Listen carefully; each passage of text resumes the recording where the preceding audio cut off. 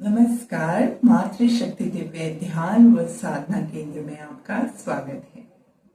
आशा करते हैं आप सभी स्वस्थ होंगे और भगवत कृपा प्राप्त कर रहे होंगे। तो आज हम शुरू करते हैं अपना विषय। आप सब कुछ करते हो अपने उस ईश्वर की प्राप्ति के लिए, परंतु आपको मैं कुछ नियम बता रही हूं जिसका उपयोग आपने करना है। मैं केवल आपको 5 नियम बताऊंगी। हो सकता है कि इनमें से एक आध लोग ये नियम अपना रहे हों और एक दो ही नियम अपना रहे हों। ये 5 नियम बहुत ज्यादा अनिवार्य है। तो शुरू करते हैं, परंतु उससे पहले मैं आपसे एक याचना करना चाहूंगी कि यदि आपने हमारे चैनल को सब्सक्राइब नहीं किया है तो कृपया करके कर लीजिए, और यदि आपको हमारी वीडियोस पसंद आती है तो लाइक जरूर कीजिए। आपको अगर हमारे विचार अच्छे लगते हैं और आप औरों को भी हमारे विचार भेजना चाहते हैं तो वीडियो को शेयर जरूर करें। तो देखिए, हम लोग आज 5 नियम के बारे में बात करेंगे। ये नियम बहुत छोटे छोटे हैं जो आप लोग अपना सकते हो और आप इससे परिवर्तन जरूर देखोगे। पहला नियम, आप लोगों को अपने साधना स्थल व आप जहां पर अपने इष्ट की, अपने परमात्मा की, अपने ईश्वर की पूजा करते हैं, उस स्थली को आप बिल्कुल स्वच्छ रखेंगे। आपको इतना सुचम रखना है उस जगह को और इतना शुद्ध रखना है कि आपकी स्थली से सुगंध आए। आपने किसी भी आर्टिफिशियल सुगंध का यूज नहीं करना है। आपने सुचम ही इतनी रखनी है, शुद्धता ही इतनी रखनी है कि आपके पूजा स्थली व साधना स्थली से सुगंध आए। दूसरा नियम, आपकी जपमाला व आपका आसन, इन दोनों को ही आप शुद्ध व सदैव इनको नमस्कार व धन्यवाद दोगे। ये आपका दूसरा नियम है, क्योंकि ये दोनों आपका ही पार्ट हो चुके हैं। आपकी साधना में ये सदैव साथ रहेंगे। आपकी साधना में इनका भी उतना ही योगदान है जितना आपका स्वयं का। तो इनको आप सदैव धन्यवाद दोगे और इनको नमस्कार करोगे।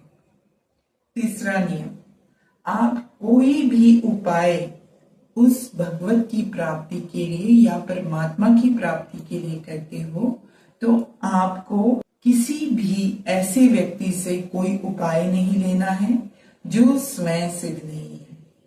उसके पीछे एक कारण है कि यदि आप ऐसे ही स्क्रॉल करते हुए देख रहे हो और आप वो उपाय कर रहे हो, यदि वो उपाय आपके लिए कार्य ना करे तो आपकी आस्था को आहत हो सकती है। तो तीसरा नियम आपका यही है कि यदि आपने कोई उपाय अपनी कार्य सिद्धि के लिए, अपनी साधना के लिए, अपनी पूजा के लिए कर रहे हो तो आप किसी से भी वो उपाय नहीं लोगे। सिद्ध साधक से ही आप वो उपाय लोगे। चौथा नियम, आपको कोई भी उपाय करना हो या कुछ भी क्रिया करनी हो अपने उस इष्ट के लिए तो आप बिना संकल्प के नहीं करोगे। जैसा आपको संकल्प करना आता है आप वैसे कीजिए। अगर आप जल ले रहे हो हाथ में, 3 बार जल लीजिए। माधवाय नमः, कृष्णाय नमः, वासुदेवाय नमः, इसका नाम लेकर आप जल को पी लीजिए और चौथी बार आप हाथ धो लीजिए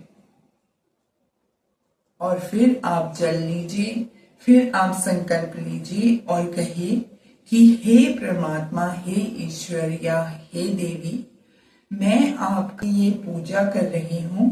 आपके लिए, आपकी प्रसन्नता के लिए मैं ये क्रिया कर रही हूँ या ये उपाय कर रही हूँ कि मुझे आपकी कृपा प्राप्त हो।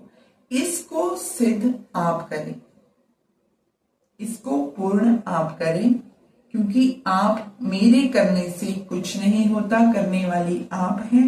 तो आप कृपा करके इसे पूर्ण कीजिए। ये आपका संकल्प होना चाहिए, ताकि आपसे कुछ गलती भी हो उसका आपको भुगतान ना करना पड़े। वो ईश्वर जिसका आपने संकल्प लिया है वो स्वयं उसे शुद्ध व पूर्ण कर ले। पांचवा नियम, आप अपनी पूजा स्थली व साधना स्थली से बाहर निकलकर आप गुणगान नहीं करोगे कि मैंने ये क्रिया की है या मैंने इतना जाप किया है, मैंने इतनी पूजा करी है। उसको आप गुप्त रखोगे, चाहे आपके घर का कोई भी व्यक्ति हो। आप किसी से उसके बारे में चर्चा नहीं करोगे। तो ये हमारे 5 नियम हैं। ये छोटे छोटे नियम हैं, परंतु बहुत आवश्यक नियम हैं। अगर आप इनको मान लेते हो तो आपका आधा काम, आपकी साधना का सिद्ध होने का काम पूर्ण हो जाता है, और आधा वो इष्ट स्वयं को जिस इष्ट के लिए साध रहे वो स्वयं ही कर लेता है।